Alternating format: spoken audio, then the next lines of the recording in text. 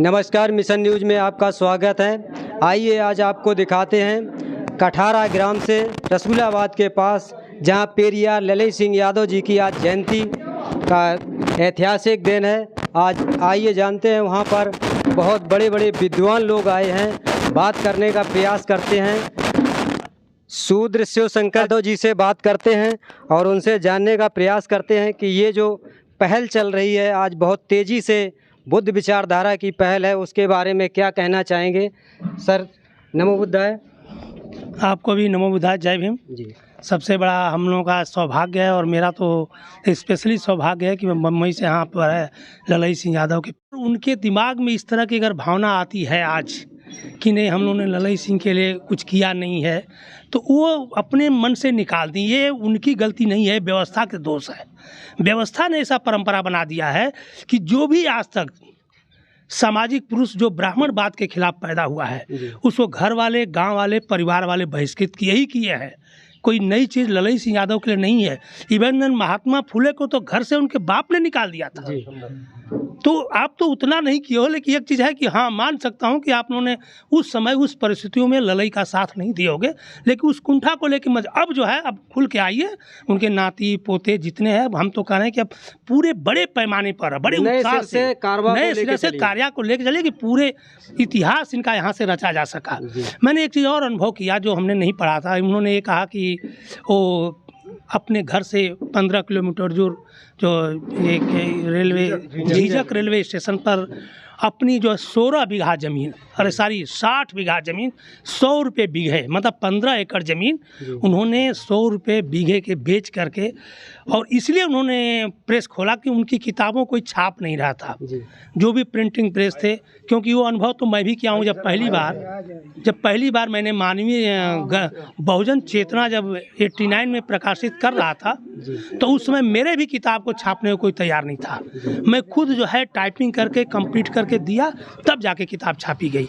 वो तो मुझे ही मालूम है कि जो भी इस ब्राह्मणी व्यवस्था, मनुवादी व्यवस्था के खिलाफ जो भी लिटरेचर लिखेगा, किताब लिखेगा, तो ये व्यवस्था छापने, तो उस व्यवस्था को तोड़ने के लिए उन्होंने अपनी ज़मीन बेच दिया, और ज़मीन बेच करके प्रिंटिंग प्रेस खोला, और ख़ुद जो है उन्होंने अपना छपाई का काम शुरू किया।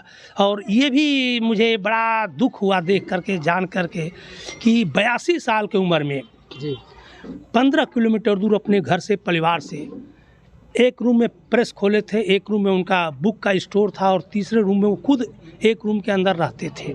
अब बड़े सादगी जीवन, सादा रोटी सब्जी चाहे जो भी रहा वो खा लेते थे, रह जाते थे। उनका सिर्फ एक ही था कि समाज को अंदर एक वैज्ञानिक सोच पैदा करना, नई चेतना लाना, ब्राह्मणवादी व्यवस्था के खिलाफ जो है एक जो बगावत का बिगुल बजाए थे, वो अंतिम तक वो लड़ते रहे। उनका कोई साथ दिया या ना दिया, जो भी दिया, उनको ये भी कहना है, एक कहना था कि मेरा तो का एक पैर जो है रेलवे लाइन गाड़ी के अंदर रहता है, एक पैर जो है जेल में रहता है।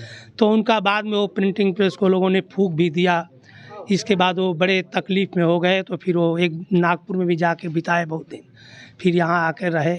लेकिन वो लास्ट में जो है सबसे बड़ा दर्द की कहानी ये है कि उस एक रूम में झीझक रेलवे स्टेशन के पास उन्होंने अंतिम सांस लिया। उस समय कोई वहाँ नहीं था, परिवार का। ये बड़ी दुख दर्द की, मतलब बड़ा ही विचित्र लगता है कि 82 साल के अंदर आदमी कैसे रहा होगा।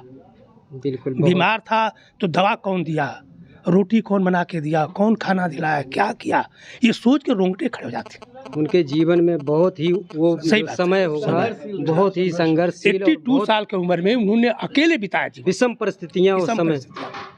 सर एक चीज़ और जानना चाहेंगे, जो पेरियार साहब की जो भी प्रॉपर्टी थी उन्होंने किसी ट्रस्ट को दी, क्या उस ट्रस्ट की ये जिम्मेदारी नहीं बनती है कि उनकी विचारधारा को दूर दूर तक प्रकाशित किया जाए?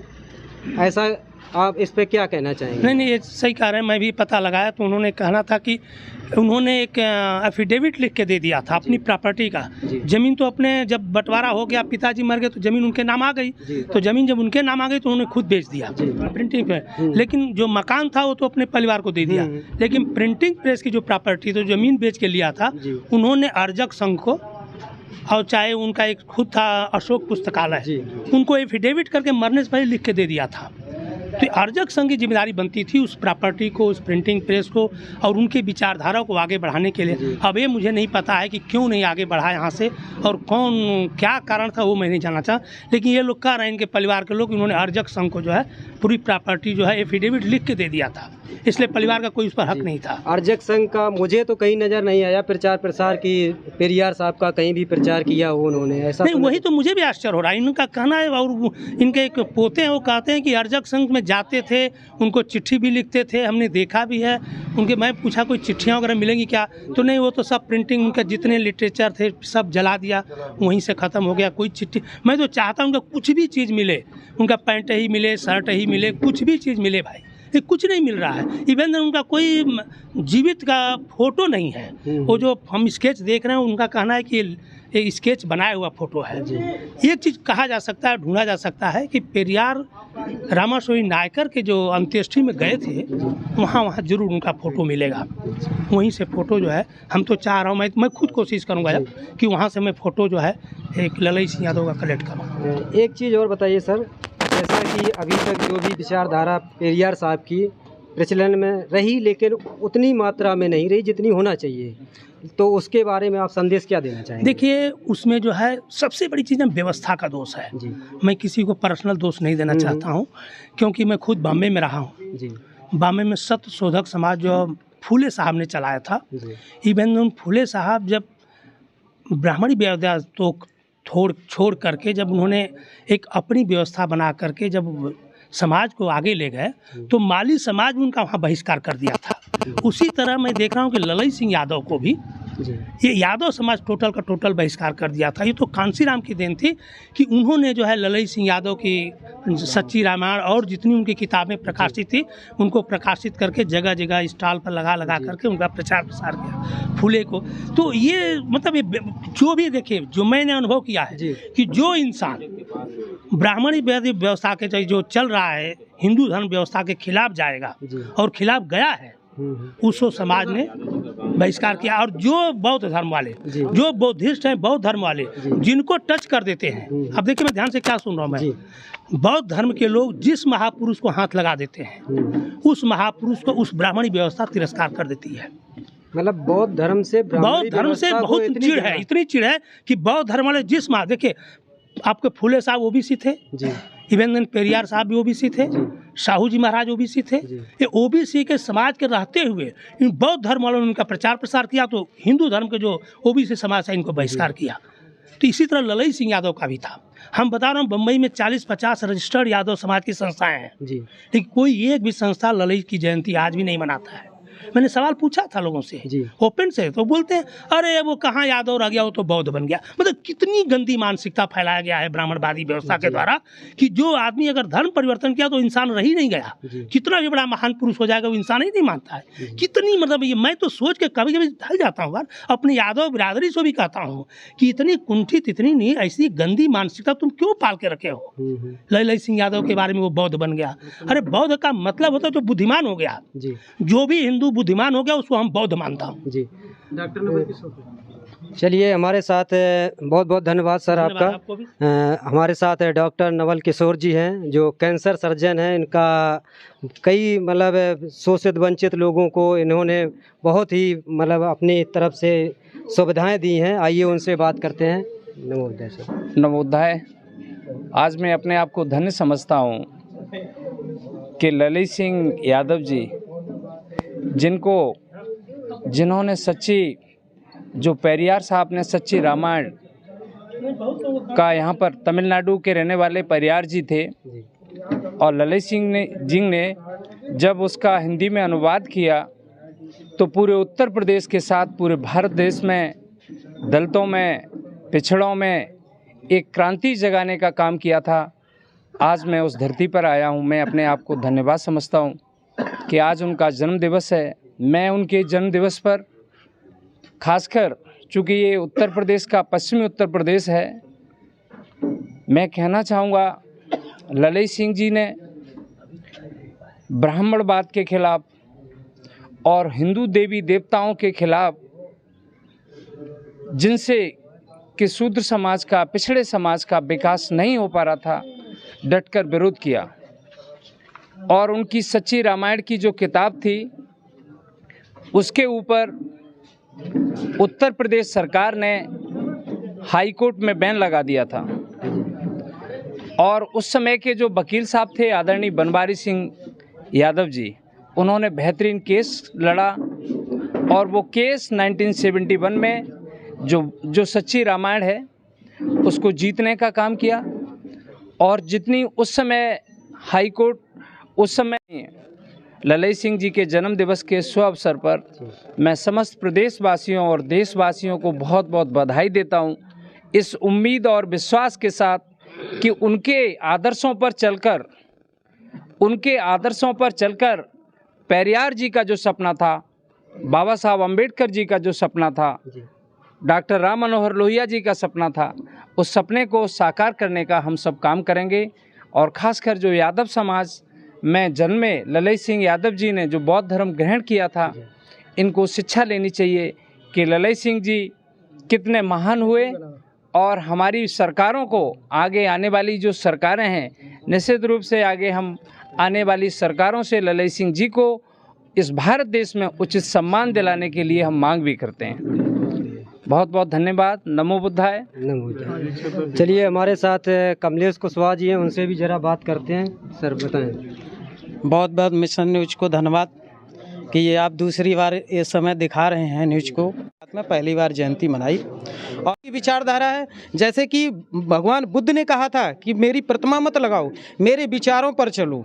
लेकिन बात क्या है कि हमारे समाज के लोग, जो हमारे ओबीसी एससी समाज के लोग हैं, जिन्हें शूद्र कहा गया, वो जानते ही नहीं हैं।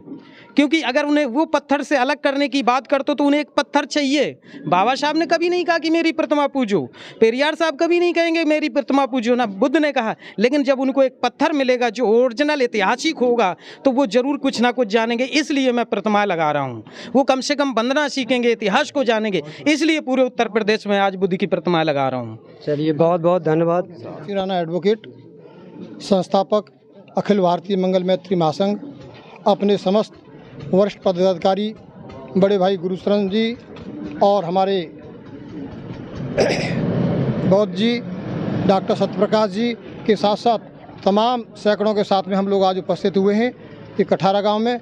मैं इस धरती को नमन करता हूं और ऐसी मंगल कामना करता हूं कि इस क्षेत्र से करुणा मैत्री का संदेश पूरे देश में जाना चाहिए। क्योंकि इस देश में जो चतुर्वर्णी मनुवादी व्यवस्था थी, जिसे पवित्र बना रखा था, जिसके आधार पर सदियों से मानवों का शोषण हुआ था, उस व्यवस्था को पहली बार तोड़ने का काम बौद्ध सत बाबा साहब डॉक्टर अम्बेडकर से पूर्व भगवान बुद्ध ने किया था। भगवान बुद्ध ने 2,500 साल पूर्व करुणा और मैत्री का संदेश देकर इस चतुर्वर्णी व्यवस्था को तोड़ करके समता, समानता, बंधुता और न्याय पर आधारित व्यवस्था दी थी, जो यहाँ की समय नायकर उसी श्रृंखला में जो द्वारा। हमारे साथ गुरुचरण गौतम जी हैं, आगरा से आए हुए। आइए उनसे बात करते हैं कि इस संबंध में ये जो जयंती है पेरियार साहब की, उस पर क्या कहना चाहेंगे। मैं सर्वप्रथम श्रद्धेय ललई सिंह पेरियार यादव जी को सत नमन करता हूं और उनके परिवार के लोगों को साधुवाद करता हूं कि उन्होंने इस कार्यक्रम का आयोजन किया। पहली बात मैं ये कहना चाहूँगा कि ललई सिंह यादव जी को जब हम पढ़ते हैं तो उन्होंने 1925 की एक घटना बताई। आप लोग ज़रा उस पर ध्यान दें। मैं उनके परिवार के लोगों से कहूँगा, उन्होंने कहा कि जब मैं बचपन था मेरा, तो यहाँ एक प्रथा थी कि यादव महिलाओं को पूड़ी बेलने के लिए वो लोग ले जाते थे। और जब मेरी माँ बीमार थी और मेरी माँ को पूड़ी बिलवाने के लिए जब वो लोग आए और मेरी माँ की स्वास्थ्य सही नहीं था, मैंने मना किया, तो वो लोग नहीं बोले जाना ही पड़ेगा। तो मैंने अपने जीवन में सबसे पहली कसम उसी दिन ली थी कि मैं जिस व्यवस्था में पैदा हुआ हूँ, इस व्यवस्था के खिलाफ जीवन पर्यंत लड़ूंगा। और ये उन्होंने चरितार्थ भी किया। उन्होंने सबसे पहले अशोक पुस्तकालय की स्थापना की। अपने जीवन में उन्होंने 5 नाटक लिखे और 3 पुस्तक जो महत्वपूर्ण पुस्तकें लिखी। उन्होंने उर्दू से मिडिल पास किया और इसके बाद उनके खुद परिवार और इस गांव के लोगों ने उनका साथ नहीं दिया और यहाँ से दूर जाकर वो 10-12 किलोमीटर 15 किलोमीटर झींझक के पास जाकर वो रहने लगे। मैंने उनको नज़दीक से देखा क्योंकि वो फिरोजाबाद में जाया करते थे और एक ही कलर के कुर्ता और पाजामा वो पहनते थे, ये उनकी विशेषता थी। और उन्होंने कहा कि मैं सन 56 में बाबा साहब के साथ बौद्ध धर्म की दीक्षा लेना चाहता था, लेकिन मेरा स्वास्थ्य खराब होने के कारण मैं उस कार्यक्रम में भाग नहीं ले सका। और उन्होंने 67 में बौद्ध धर्म ग्रहण करके अपने नाम के आगे से ललई सिंह यादव हटाकर उन्होंने बौद्ध लिखना शुरू किया और उन्होंने अपनी समाज के लोगों को उनको संदेश दिया। यहाँ से मुझसे पूर्व बहुत से वक्ताओं ने अपनी बात रखी। मैंने भी, जो भंते जी ने भी कहा, मैंने अपनी सर्विस से 2.5 वर्ष से अधिक समय पहले नौकरी से रिज़ाइन केवल इसी उद्देश्य से किया है कि हम समाज से जो खा रहे हैं, या डॉक्टर अम्बेडकर ने जो हमको आरक्षण दिया ओबीसी और SC ST के लोगों को, हम समाज को कुछ दें। जैसा वकील साहब ने मंगल मैत्री जो चला रहे हैं, इन्होंने जैसा बताया, हमको समाज के लिए कुछ काम करना चाहिए, पे बैक टू सोसाइटी करना चाहिए। और मैं उनके परिवार के लोगों से ये निवेदन करूँगा कि वो अपनी विचारधारा को परिवर्तित करें और ललित सिंह यादव जी से ये संदेश धारण करें कि उनके साथ किस प्रकार की बेमनस्यता पाखंडवादी लोगों ने, धार्मिक लोगों ने, जो ब्राह्मणवादी व्यवस्था है, उन्होंने उसके साथ किस तरह की ज्यादतियाँ की, और उन्होंने उन सब ज्यादतियों को तिलांजलि देते हुए अपना धर्म परिवर्तित डॉक्टर अम्बेडकर की तरह किया। तो मैं उनके परिवार के लोगों से विशेष रूप से ये अनुरोध करना चाहूँगा कि अपने बौद्धिक स्तर के चिंतन को वो विकसित करें, अपने बच्चों को अच्छी शिक्षा दिलाएं, और शिक्षा के बिना इस समाज का कोई विकास नहीं हो सकता। और दबे पिछड़े समाज के लोग रोटी और बेटी का संबंध स्थापित करें, अपनी बेटियों को उन्हीं पाखंडवादी ब्राह्मणवादी व्यवस्था के लोगों को, हमारा बच्चा IAS बन जाता है, डॉक्टर बन जाता है, इंजीनियर बन जाता है, वो अपनी बेटी दे देते हैं, या हमारी बेटियां अच्छे पदों पर पहुंच जाती हैं तो उस बेटी को वो ले लेते हैं। इस बात को वो लोग ध्यान रखें, तभी समाज में परिवर्तन आ सकता है। इसी के साथ मैं अपनी बात को समाप्त करता हूँ। जय भीम, नमो बुद्धाय, जय पेरियार। आइए हमारे साथ एक युवा साथी हैं, उनसे ज़रा बात करते हैं। बताएं सर अपना परिचय। सर, सभी आपके चैनल के माध्यम से सबसे पहले सभी देशवासियों को उत्तर भारत के पेरियार लल्लई सिंह यादव की जयंती की हार्दिक शुभकामनाएं। मैं भीम आर्मी का कार्यकर्ता हूं, मिशन 78 का मंडल संयोजक और आगरा का पूर्व जिलाध्यक्ष हूं। और हमें आज बड़ा खुश हो रहे हैं हम लोग कि हम लल्लई सिंह यादव जी के जन्म स्थल पर आए हुए हैं। हम भीम आर्मी के कार्यकर्ता इनका जन्मदिन हर साल मनाते हैं। अम्बेडकर छिपी टोला पर मेरे साथी आज भी जन्मदिन मना रहे हैं आगरा के अंदर। हम सब लोग आगरा से आए हैं और हमें लगा विजेंद्र भाई हमारे घर गए और इन्होंने हमसे निवेदन किया, तो हमें पहले वहाँ जाना चाहिए। और हम उनकी जन्मस्थली से हम ये प्रण लेते हैं कि भीम आर्मी का एक एक कार्यकर्ता उनके पूरे जीवन का जो संघर्ष है उनको जन जन तक बताएगा। उनकी जो विचारधारा है, बाबा साहब की विचारधारा, बुद्ध की विचारधारा है, और जोड़ना है। ठीक है, आइए बदलाव की आर्ट दिख रही है। हाँ, सब मिल के करेंगे हम लोग, मिलना पड़ेगा, बिल्कुल मिलना पड़ेगा, बात कर ले। आइए जल्दी। नमस्कार साथियों, आज हमारे साथ मिशन न्यूज पर बहुत ही चर्चित चेहरा, जाने माने दिल्ली विश्वविद्यालय के प्रोफेसर डॉक्टर लक्ष्मण यादव जी हैं। आइए जानते हैं पेरियार साहब की जयंती पर प्रोफेसर साहब से कुछ बात करेंगे, संवाद करेंगे। सर, पेरियार साहब के बारे में कुछ आम जनता को उपदेश दीजिए, संदेश दीजिए। बहुत धन्यवाद आपका और आपके चैनल के सभी दर्शकों को अभिवादन। और अभी आपका चैनल इस मामले में बड़ा खास हो गया है कि आप जहां हमसे बातचीत कर रहे हैं और ये मौका है, आज 1 सितंबर है, पेरियार लल्लई जी की आज जयंती है और हम उन्हीं के पैतृक आवास पर खड़े हैं। तो ये संयोग बड़ा अच्छा भाग्य है। भाग्यवाग्य तो देखिए ना, पेरियार लल्लई साहब मांगते थे ना, हम लोग मानते हैं, तो भाग्यवाग्य तो कुछ नहीं है, लेकिन ये संयोग है, ये एक बहुत अच्छा मौका है। और लल्लई जी दरअसल एक, हम लोग कह तो रहे भले कि उनके अपने जन्मस्थल, लेकिन उनके अपने काम से, उनके अपने लेखनी से, विचार से, संघर्ष से वो पूरे देश में एक अलग पहचान के वैचारिक योद्धा की तरह माने जाते हैं। और लल्लई जी ने पूरे जीवन संघर्ष में बिताया। संघर्ष किसके लिए? अपने और अपने परिवार के लिए नहीं, अपने समाज के लिए, इस राष्ट्र के लिए, कि एक बेहतर दुनिया बने जिसमें सबको बराबर का हक मिले, वैज्ञानिक सोच विचार हो, पाखंड अंधविश्वास कांड से दूर हो लोग, और इंसान में भेद न हो। और आज पाखंड और धर्म के नाम पर कांवड़ हो और ये कथा करो, वो कथा करो, सब हो रहा है। लेकिन नौकरी मांगने अगर दलित पिछड़ा जाएगा तो उससे कहा जाता है तुम्हारी जाति ठीक नहीं है। कोई बच्चा पढ़ने वाला मटका छू दे पानी पीने स्कूल में तो उसको मार दे रहा है मास्टर कि वो अछूत है। पेरियार साहब चाहते थे कि जातिवाद खत्म हो। पेरियार साहब चाहते थे कि कोई ओबीसी है, कोई दलित है, कोई पिछड़ा है, इससे कोई मतलब नहीं है, सब बराबर है, सब मनुष्य, वैज्ञानिक सोच विचार के। इसीलिए पेरियार साहब को मानववादी कहा जाता है। और उनका विचार जो कि डॉक्टर अम्बेडकर और ईवी रामास्वामी नायकर पेरियार आज भी जिस जगह, जिस कानपुर के इलाके से रहते थे, मैं क्योंकि मेरे पिताजी आजमगढ़ के एक छोटे से गांव के थे और गांव वालों को सिखाते थे, समझाते थे कि देखो कार्ल मार्क्स ये थे, भगत सिंह ये थे, कोई जानता ही नहीं था। सब लोग कहते थे अरे पागल है, कुछ नहीं इसको आता जाता है, पैसा रुपया कमाता, परिवार पालता, अच्छा पिता अच्छा पुत्र बनता। लेकिन आज जब मैं उस चीज को पढ़ा तो मुझे लगा कि मेरा पिता और अपने भूगोल से, अपने गांव से, अपने समाज से कितना आगे तक सोचने वाला व्यक्ति था।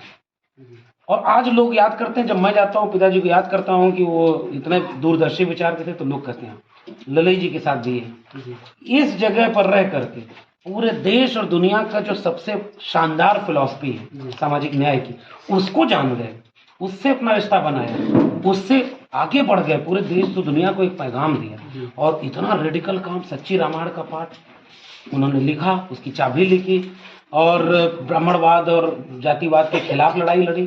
तो ऐसे व्यक्ति को हम याद कर रहे हैं। और मुझे लगता है कि भारत के निर्माण में, भारत की बराबरी में सब मनुष्य एक दूसरे से प्रेम करें। आखिर भाई हम सब क्या चाहते हैं? हम सब, आप घर में रह के भले अपना जाति देखते हो, अपना धर्म देखते हो, सब देखते हो, बाहर आप आएंगे तो अगर आपको अपने बच्चों को सिखाना है तो आप क्या कहेंगे कि दुनिया में झूठ मत बोला करो, किसी से मारपीट मत करो, यही नहीं सिखाते हैं लोग अपने बच्चों को। तो बच्चा अपराधी बन जाए तो माँ बाप का दोष होता है क्या? बिल्कुल। मैं वही कह रहा हूँ कि परिवार से जो सीखेगा, राष्ट्र एक परिवार है, उस राष्ट्र में सबको बराबर का हक दिलाने वाले हर व्यक्ति राष्ट्र नायक है, मानवता के नायक है। तो ललई जी जब ये बात कह रहे हैं कि सब बराबर हैं, कर्मकांड से दूर रहो, अंधविश्वास से दूर रहो, शिक्षा का, उन्होंने सस्ता प्रेस अशोक नाम से एक प्रकाशन, किताबें छपवाना, लोगों के बीच पत्र पत्रिकाएं ले जाना, किताब और कलम से लड़ाई लड़ने का काम किया।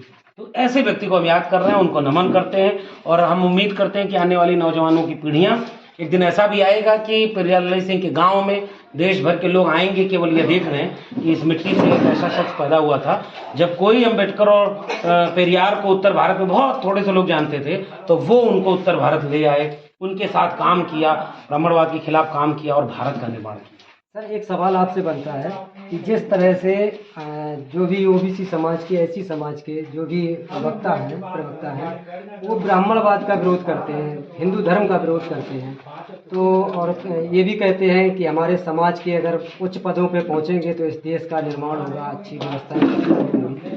तो मेरा जो सवाल है वो ये है कि जब प्रधानमंत्री ओबीसी हैं, राष्ट्रपति 2 बार दलित बन चुके हैं, और अपने उत्तर प्रदेश के जो डिप्टी सीएम हैं 2 बार, वो भी हारने के बाद भी बीजेपी ने उनको पुनः डिप्टी सीएम बनाया ओबीसी से। इससे आप क्या कहें? जब ओबीसी बन रहा है, दलित बन रहा है, तो फिर क्यों, मतलब विचारधारा 2 तरह की कैसे हो सकती है? अच्छा, मतलब आपका सवाल अगर मैं समझूं कि हम लोग जिस धर्म और जिस पार्टी की आलोचना कर रहे हैं, वो लोग दलित पिछड़ों को ही तो आगे बनाए, नेता बना रहे हैं, यही ना पूछ रहे हैं? ये तो चाल है। आपके घर में अगर झगड़ा कराना हो तो पड़ोसी झगड़ा कराना मुश्किल होता है। आप भाई भाई में झगड़ा कराना कितना आसान है। एक भाई को कुछ करवा दे घर वाले, हर गांव हर घर का किस्सा है।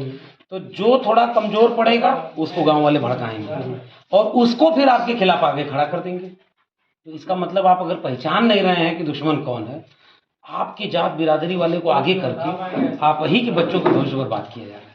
इसका नाम है आरएसएस और बीजेपी। अगर दलितों से पूछा जाए कि दलितों के लिए इस समय सबसे बड़ा सवाल क्या है, तो वो कहेंगे हमारे बच्चों को अच्छी शिक्षा, अच्छा रोजगार, रहने को घर, खाने को कपड़ा, कपड़ा पहनने को, खाने को खाना, और बराबरी की दुनिया, इज्जत वाली दुनिया। अगर ये सब नहीं मिल पा रहा है तो राष्ट्रपति बना दो, या तुम जो है ब्रह्मा का अवतार घोषित कर दो दलित को। उससे दलित समाज का क्या लाभ होगा? उससे उस व्यक्ति का लाभ हुआ जो राष्ट्रपति बन गया। वैसे ही कोई प्रधानमंत्री बन जाए और ओबीसी कहे कि मैं ओबीसी हूँ, न कभी वो जाति जनगणना की बात करे, न कभी वो ओबीसी की आरक्षण की बात करे कि 27% को 52% क्यों नहीं दिया, ईडब्ल्यूएस लागू होने के बाद। ओबीसी के हक अधिकार की बात करें, जमीन कहाँ है, रहने को घर। तो इसका मतलब जो ओबीसी है उसका तो फायदा है कि वो प्रधानमंत्री है, समाज का फायदा नहीं।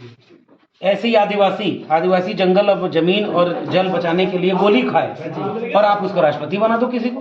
तो जिसको राष्ट्रपति बनाए उसके लिए सम्मान की बात है। जो मंत्री बना, विधायक बना, सांसद बना, वो 4 गाड़ी और जोड़ लेगा, 4 कट्ठा जमीन खरीद लेगा, उसकी 4 पीढ़ियां अवैश करेंगी और वो उसको टारगेट दिया जाएगा, जाओ तुम अपने जाति वाले को बीजेपी जोड़ो, आरएसएस जोड़ो। तो वो जाके कहेगा जैसे हमको मिला वैसे सबको मिलेगा, वोट इसको दो। वोट दे दोगे तो फिर आपके घर में बुलडोजर चलेगा। मतलब बीजेपी की जो विचारधारा है, व्यक्ति को फायदा है लेकिन समाज को नुकसान। बीजेपी की विचारधारा नहीं, ये जो जातिवाद है इस पूरे देश का। अब ये लोग जातिवाद छुआछूत की तरह तो नहीं कर सकते। मौका मिल रहा है कर रहे हैं, लेकिन वैसा छुआछूत अब नहीं कर सकते क्योंकि भारत का संविधान लागू है। इसलिए बड़ा शातिर हो गए आप में से ही जो लोग, जिसकी रीढ़ कमजोर थी, जो बिकाऊ था, जो डरपोक था, उसको अपनी तरफ मिला लिए और उसको कुर्सी दे दिए। काम सारा अपने लोगों का कर रहे हैं। पूरा देश अगर आप बेच दोगे अंबानी अडानी के हाथ में, तो अडानी इस समय दुनिया का तीसरा सबसे अमीर व्यक्ति बन गया और 12 करोड़ लोगों की इस समय नौकरी चली गई। 4550 साल में सबसे ज्यादा बेरोजगारी है, लोगों के पास खाना नहीं है, लोग महंगाई से परेशान है, पेट्रोल डीजल इतना महंगा हो गया। तो देश किसका है, अंबानी अडानी का कि हमारा गरीब आदमी का? हम लोगों का देश है। देश है तो आपके पास क्या है? झुंझुनू। आप ये है कांवड़ होइए, बढ़िया हनुमान चालीसा पढ़िए, उसके बाद फिर अखंड रामायण की पाठ कराइए, गणेश चतुर्थी मनाइए, घर घर एकदम धर्म का राज है। पूरा कथा भागवत सुनने चाहिए, नए नए कथा भागवत वाले हो गए, चंदा दीजिए उनको, आपके बच्चों को शिक्षा नहीं मिलेगी। आपका प्राइमरी स्कूल अपने जिले का देखिएगा, आप रिपोर्टिंग कर रहे जाइएगा, सारे सरकारी प्राइमरी स्कूल को दिखाइए और बगल में प्राइवेट स्कूल दिखाइए। जिसकी जेब में पैसा है उसके बच्चे अच्छे स्कूल में पढ़ रहे हैं, जिसकी जेब में पैसा नहीं उसके बच्चे कीड़े मकोड़े से खराब जिंदगी है साहब, रहने को घर नहीं कुछ। किसका देश है? ललई जी को याद करना है, मानववादी होना है, मानव में फर्क ना हो, सब बराबर है, हम उसके देश को बनाना चाहते हैं। बहुत धन्यवाद। एक सवाल, बस लास्ट सवाल सर, जिस तरह से इस देश का सिस्टम है, जो संवैधानिक अधिकार है, प्रधान से लेकर राष्ट्रपति तक 6 महीने के अंदर अगर पद खाली होता है तो उसको भरने का प्रावधान है। क्या जो सरकारी नौकरियां हैं, जो सरकारी पोस्टें हैं, उन पर ये लागू क्यों नहीं होता? इस पे थोड़ा आप प्रकाश डालिए, आपसे बेहतर कोई आदमी नहीं। इसका जवाब आप भी जानते हैं, मैं कुछ नया नहीं बोल रहा हूँ। देखिए, प्रधान से लेके प्रधानमंत्री तक अगर वो ठप हो जाए तो देश नहीं चलेगा, ये एक सिद्धांत में लिखा है, ठीक है। देश चलने का मतलब आप समझ रहे हैं। लेकिन नौकरी खाली रहेगी तो अपने दोस्त अंबानी अडानी की कंपनी को उसका ठेका दे देंगे कि प्राइवेट में यहाँ एम्प्लॉय रख दो, परीक्षा मत कराओ, पेपर आउट करा दो। पैसा का व्यापार है।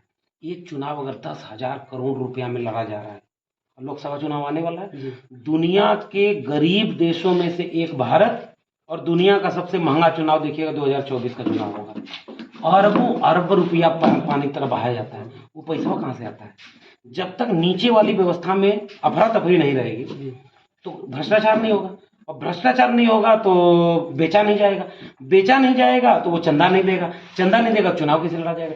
तो चुनाव लड़ने वाला अपना अलग रखता है। अरे इस देश में अटल बिहारी सरकार ने पेंशन बंद कर दी और विधायक और सांसद और मंत्री हो जाए तो 2-2, 3-3 पेंशन मिलती है, तब भी इस देश वाले क्रांति नहीं की। ये देश में जिस दिन इस देश का प्रधानमंत्री कोरोना भगाओ, थाली बजाओ, ताली बजाओ, दिया सलाई जलाओ, वो करो, मूर्खता का टेस्ट लिया था, और जब देखा कितने परसेंट, तो ये देखा कि पूरा देशवा वही है।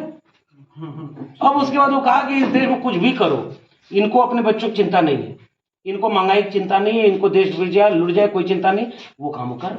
अपना दोस्त एशिया नहीं दुनिया का तीसरा अमीर आदमी हो गया अडानी, 11 लाख करोड़ रुपए के टर्नओवर उसका है। इतना सुनना क्यों, जनता ना हो, इतना आबादी ना है, यहाँ बर्बाद हो गया। करोड़ों करोड़ लोगों के बच्चों का भविष्य, न शिक्षा रहेगी, न रोजगार रहेगा, न जमीन है। 5 साल 10 साल बाद इस देश का क्या होगा? ये बुजुर्ग लोग, तमाम लोग खड़े हैं, इन लोगों को पता होगा। सब लोग 2 रुपया बचाते हैं, सोचते तो लड़का पढ़ लेगा तो पीढ़ी बदल जाएगी, नौकरी मिल जाएगी। हमने तो देखा है गांव में लोगों के जगह जमीन गिरवी रख कर सब्जी नहीं बनने को पैसे हैं, सब्जी। हमारे घर में 3-4 भाई बहन हम लोग पढ़ते थे, तो हम लोग जो है 3-4 भाई बहन जब पढ़ते थे घर में पेंटिंग नहीं होती थी। क्यों पता है? क्योंकि वो बच्चा बाहर पढ़ रहे हैं, उनको 1000-1500 रुपये दे देंगे। अब भेज के आप क्या करोगे? पेपर आउट, लाखों रुपए में वैकेंसी खत्म, वैकेंसी आई नहीं रही, आ रही है तो बिक जा रही है, और उसके बाद कोई नौकरी मिल नहीं रही है। अब चलो कांवड़ हो, घंटा बजाओ। इसलिए मेरी चिंता कोई धर्म, हम किसी धर्म और विरोध में नहीं। जाओ अपना मंदिर, बड़े ताकतवर लोग हैं, उनके देवी देवता बहुत ताकतवर हैं, वो लोग ताकतवर है, मंदिर है, अरबों रुपए पैसा है, उनका हम विरोध कैसे कर पाएंगे? हम तो ये गरीब लोगों से कह रहे हैं कि भैया तुमको क्या मिला और तुम अपने बच्चों की चिंता क्यों नहीं कर रहे हो? बस ये मेरी चिंता है कि प्रधानमंत्री एक जाएगा दूसरा आएगा, एक पार्टी हारेगी दूसरी आएगी, सब बेचने के लिए तैयार है, पूंजी देश को चला रही है, गरीब आदमी मारा जा रहा है। हमको केवल वही समझना है। बहुत धन्यवाद। चलिए, बहुत बहुत धन्यवाद। हमारे साथ थे, अरे नहीं, बहुत बहुत धन्यवाद। डॉक्टर साहब थे हमारे साथ जो अपनी बात बेबाकी से रख रहे थे। इसी के साथ मैं अपने वीडियो को समाप्त करता हूँ। कैमरामैन गोविंद सिंह राजपूत के साथ दिनेश चंद्र को, हो रही है उत्तर प्रदेश। जय हिंद, जय भारत, जय संविधान। पेरियार साहब की जयंती पर यहाँ पर कुछ महिलाएं मौजूद हैं, आइए उनसे बात करते हैं। पेरियार साहब की जो विचारधारा है उसके बारे में आपका क्या ख्याल है? वो विचारधारा बहुत अच्छी है, उन्होंने सारे पाखंडवाद दूर कर दिए हैं। तो पेरियार साहब की जो विचारधारा है, इस विचारधारा को आप अपने घर में, अपने परिवार में, बच्चों पर इसका मतलब प्रयास करेंगी, लागू करेंगी? ये तो हम प्रयास कर रहे हैं जी, और करते रहेंगे आगे। पेरियार जी के बारे में, सभी महापुरुषों के बारे में अपने बच्चों को बता रहे हैं और समाज की महिलाओं को भी बता रहे हैं। आप यहीं की रहने वाली हैं? हम झिंझक बुद्ध विहार के रहने। अच्छा, झिंझक बुद्ध विहार, तब तो आप बहुत कुछ जानती होंगी। मंगल मैत्री बुद्ध विहार के। अच्छा अच्छा, वो हम लोग कर रहे हैं समाज के लिए काम। तो अपने मैंने जहाँ तक जाना है, समझा है कि महिलाएं जो है बुद्ध विचारधारा से और आपके पेरियार साहब की विचारधारा से, बाबा साहब डॉक्टर B.R. अम्बेडकर की विचारधारा से कम प्रभावित होती हैं, ऐसा क्या कारण है? नहीं, ऐसा नहीं है। जो जागरूक हो गई हैं वो बहुत प्रभावित हैं। जो अभी नहीं हो पाए हैं, जो अभी रामायण महाभारत में फंसी हैं, वो नहीं है अभी, वो नहीं आगे बढ़ पुरुषों की संख्या में महिलाएं पीछे हैं, अधिकतर महिलाएं पीछे। तो इसमें ऐसा कोई अभियान चलाएं जिससे जो है महिलाओं में जागरूकता है? हाँ, कोशिश तो कर रहे हैं कि महिलाएं आगे आए और महिलाएं अधिकतर जागरूक हो, अपने बच्चों को भी शिक्षित करें, उन्हें भी बताएं पेरियार के बारे में, बुद्ध के बारे में, बाबा भीमराव के बारे में, जितने महापुरुष हैं सबके बारे में बताएं। चलिए, और भी हमारी योजना है उनसे। और भी महिलाएं हमारे साथ मौजूद हैं, उनसे भी बात करने का प्रयास करते हैं। तो आपका शुभ नाम क्या है? शुभ नाम मेरा अंशु बोध अंशु। आप यहीं की रहने वाली? नहीं, मैं भी झिंझक से आई हूँ। अच्छा, झिंझक से आप? हाँ। बुद्ध विहार से आप? हाँ, नहीं बुद्ध विहार से नहीं, मैं मान लो वहीं कॉलोनी से रहती हूँ। कॉलोनी में आप यादव हैं? नहीं, अच्छा, संखवार। तो अब तो आपको खुले चमारू। समझ गया। तो बुद्ध जो विचारधारा है, अम्बेडकर की जो विचारधारा है, पेरियार साहब की जो विचारधारा है, क्या आपके घर में ये विचारधारा लागू हो रही है? लागू हो नहीं रही है। मेरे बच्चे सब आए इधर हैं, मेरी बहुएं भी और मैं भी, मेरे बच्चे भी और नातियों को भी हम वही पढ़ा रहे हैं। अच्छा, हाँ, तो बहुत मतलब आपका जो परिवार है वो देश है। हाँ, जागरूक परिवार है। मेरी सब शादी संबंध जो होते हैं वो सब बौद्ध धर्म से होते हैं। अच्छा, आपके जो रिश्ते नातेदार हैं वहाँ पर कैसा क्या माहौल है? वहाँ बहुत हमारे आधे रिश्तेदार जो हैं, आधे से ज़्यादा जो रिश्तेदार हैं वो सब बौद्धिस्ट हैं। हाँ, सब मान लो बाबा साहब को और बुद्ध भगवान को बहुत मानते हैं और सब महापुरुषों को मानते हैं। और काफ़ी लोग ऐसे हैं जो मान लो 2-4 रिश्तेदार ऐसे हैं जो नहीं मान लो उनके गांव में नहीं है वह जागरूक है, तो वो वह नहीं मान लो बातें, लेकिन उनको भी समझाने में हम लोग मान लो मतलब उनको समझाने का प्रयास चल रहा है। आप जो है जो महिलाएं हैं उनको प्रेरित करने के लिए, जागरूक करने के लिए आपका क्या प्रयास चल रहा है, या आगे प्रयास करेंगी या चल रहा है, उसके बारे में? चल भी रहा है और कर भी रहे हम लोग हैं। हाँ, कर भी रहे प्रयास, बहुत समझाने की मान लो कोशिश में लगे हैं कि भाई सब लोग जागरूक हो और आप देखो खाना इस धर्म में जुड़ जाओ, हाँ, तो आपका भला होगा। सब सोच रहे, ये भी हम मान लो इस प्रयास में लगे हुए हैं सब लोग हैं। और भी हमारे साथ महिलाएं हैं, उनसे ज़रा बात करते हैं। आपका शुभ नाम? ममता राजपूत। ममता राजपूत? हाँ। राजपूत तो मैंने पहला देखा जो का नाम बुद्ध धर्म में। नहीं, हम है, हमारा पूरा परिवार है। अच्छा, इसके साथ। मतलब जहाँ तक मैंने जो अभी तक खोज की है, मुझे आप पहली महिला नजर आई जो राजपूत एरिया में जुड़ी हुई। हमारा तो पूरा परिवार। बहुत बहुत आपको धन्यवाद, साधुवाद जो आपने अपने समाज से। हम बुद्ध विहार में जाते भी हैं और वहाँ अपना करते भी है सब कुछ संबोधन। हाँ, और यहाँ आ भी रहे हमारे बच्चे लोग। हाँ। तो आपका गांव कौन सा है? हमारा गांव झिंझक है। अच्छा, झिंझक के आप भी? सभी लोग झिंझक के? हाँ, बुद्ध विहार के। अच्छा, आप भी बुद्ध विहार के? बस वही मकान हम लोग संडे संडे हर रोज मीटिंग करते हैं। अच्छा, एक चीज़ बताइए, जैसे आप लोग बुद्ध विहार के, तो बुद्ध विहार में कुछ नई महिलाएं आती हैं? नहीं आती हैं, बहुत कोशिश कर रहे बुलाने की, बुलाने जाते हैं घर घर में, लेकिन वो भी नहीं आती हैं। हाँ, हम लोगों को तो चैन ही नहीं पड़ती है जब तक वहाँ पहुँच नहीं जाते।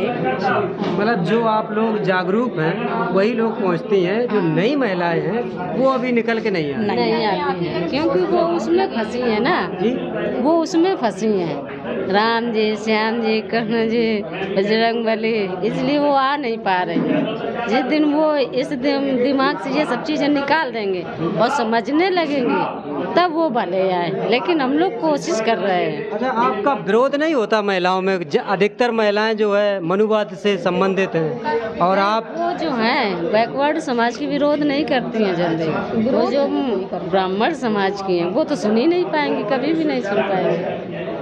कोई उनका विरोध करे, हमारा कोई विरोध करे तो हम भी नहीं सुन पाएंगे, ये चीज़ है।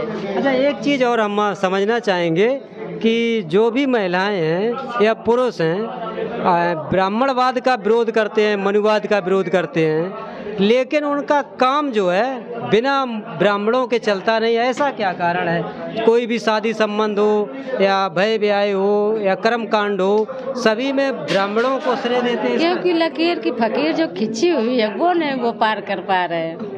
जो आँख खोलते उन्होंने देखा है कि हमारे पुरख बस यही पूजते रहे, यही मानते रहे, यही वो मानते हैं। अगर कोई अपना घर का बुजुर्ग या बुद्ध या बाबा अम्बेडकर मानता तो बच्चे भी मानते हैं, इसीलिए उनका जल्दी ये निकलना बाहर नहीं हो पा रहा। तो आपके घर में जो कर्मकांड कारणी ब्राह्मण हैं उनका प्रवेश होता है या नहीं होता है? नहीं होता, नहीं होता। चलिए, बहुत बहुत नहीं होने देंगे। मेरी शादी तो हुई है, लेकिन अब नहीं होगी। अब तो बहुत धर्म से ही शादी है। और भी हमारे साथ एक महिला है, उनसे थोड़ा बात करते हैं। आपका शुभ नाम? हमारा शुभ नाम रूपरानी है जी। रूपरानी। अच्छा, आप भी झिंझक की रहने वाली? जी, हम सभी लोग झिंझक से आए हैं जी। और हमारे सब इसी से जुड़े हैं, बौद्ध धर्म से। हमारा छोटा बेटा जो है बैंक में है, वो भी कानपुर में रहते, वो भी इसी से जुड़े हुए हैं। हाँ, काफ़ी पैसा देते हैं, 2-2, 2.5, 3-3 हज़ार वहाँ मीटिंग में जाते हैं। और हमारे पति भी आ गए होंगे तो वो भी इसी से जुड़े हुए हैं। हाँ, हमारी बड़ी बहू है, बड़े बेटा हैं, वो सभी इसी से जुड़े हैं। और हमारे घर में सभी इन्हीं की फोटो मिलेंगी, भगवान बुद्ध की, बाबा साहब की, इनकी ललई यादव, मतलब जो भी महापुरुष हैं उनकी फोटो मिलेगी? हाँ, इन्हीं की मिलेंगी। देवी देवता एक भी नहीं? नहीं। तो आपका रिश्तेदार वगैरह जो समाज के लोग हैं वो विरोध नहीं करते? हम जाते नहीं करते, देखते कहते हैं बहुत अच्छा है। अच्छा। हाँ, नहीं करते हमारे यहाँ। तो चलिए, देखिए साथियों, हमारे साथ महिलाएं थीं और वो भी अपनी बात रख रही थी, विचार रख रही थी, किस तरह से बुद्ध विचारधारा का, पेरियार साहब की विचारधारा का, बाबा साहब की विचारधारा का प्रचार प्रसार चल रहा है। और बहुत ही जल्द मुझे लगता है कि भारत देश जो है बुद्ध में होगा। इसी शब्दों के साथ मैं अपने वीडियो को समाप्त करता हूँ। जय हिंद, जय भारत, जय संविधान।